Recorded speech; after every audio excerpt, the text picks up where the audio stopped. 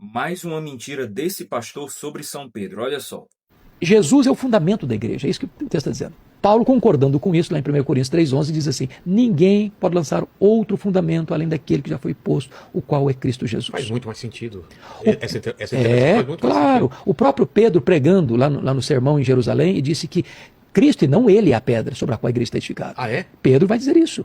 Na sua primeira carta, o Pedro vai reafirmar isso, que a pedra é Cristo. Paulo vai afirmar em 1 Coríntios 10,4 que Cristo é a pedra.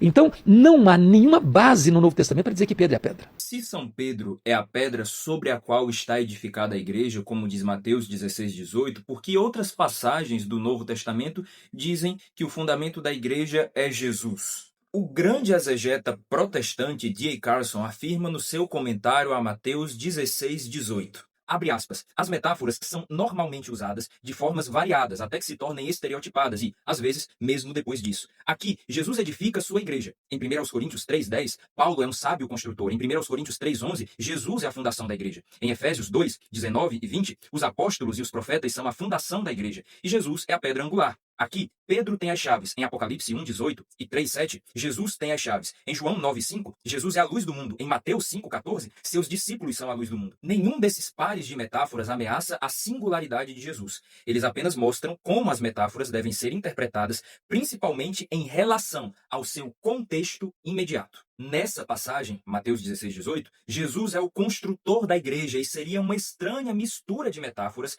incluir na mesma oração as que também o veem como a fundação da igreja. Fecha aspas. De fato, Efésios 2:20 afirma que a igreja está edificada sobre o fundamento dos apóstolos e dos profetas, do qual é Cristo a pedra angular. Isso mostra que não há contradição entre dizer que os apóstolos são a pedra sobre a qual está edificada a igreja e Cristo é a pedra sobre a qual está edificada a igreja. Em 1 Coríntios 3:11, Paulo diz que ninguém pode lançar outro fundamento que não seja Cristo. Mas nessa passagem, Paulo usa uma analogia diferente. Ele apresenta os apóstolos como construtores que estão, através da pregação, lançando o fundamento da sua obra, que é Cristo. Em Mateus 16:18, é Jesus o construtor e ele usa Pedro como alicerce da sua obra. Assim, em 1 Coríntios 3:11, os apóstolos estão para Cristo como os construtores estão para o alicerce.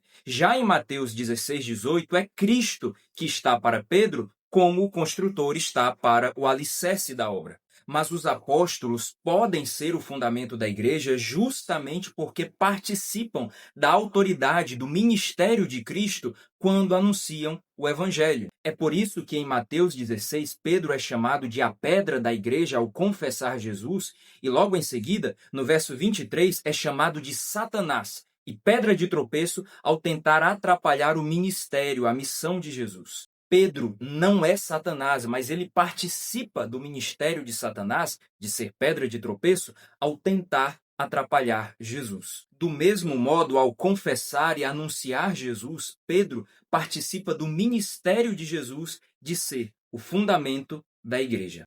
Gostou da explicação? Eu sou o professor Uchoa. Me segue para não perder nenhum conteúdo.